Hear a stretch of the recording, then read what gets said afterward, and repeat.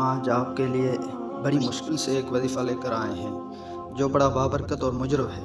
12 ربیع الاول کا وہ مقبول ترین وظیفہ جسے پڑھنے والے پر پورا سال اللہ کی رحمت نازل ہوتی ہے۔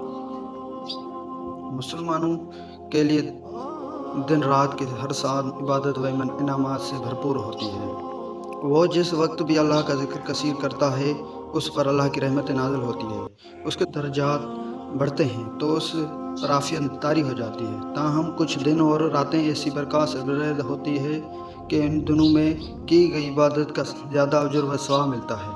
شب برات، شب معراج، لیلۃ القدر، عاشوراء، عیدیں، جمعہ مبارک کے دن اور راتوں کی طرح 12 ربیع الاول کے مبارک دن کو بھی سعادت حاصل ہے کہ جو مسلمان اس دن کے نسبت سے یہ وظیفہ پڑھتا ہے اس پر پورا سال خیر و عافیت کا نزول ہوتا ہے اور خوشحالی آتی ہے۔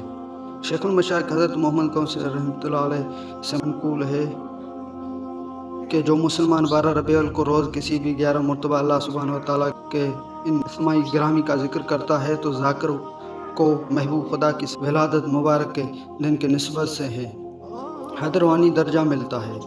بے حد یہ وظیفہ کچھ یوں پڑھنا ہے: اول آخر درود پاک صلی اللہ علیہ وسلم کے ساتھ 11 مرتبہ یا اللہ یا رحمان یا غفور یا رحیم یا حنان یا منان یا دیان یا سبحان پڑھنا ہے۔ انشاءاللہ ہر دکھی کے دل کو سکون ملے گا، رزق سے پریشانی کی پریشانی دور ہوگی، مقدمہ میں الجھے کو نجات ملے گی اور بیماروں کو شفا نصیب ہوگی۔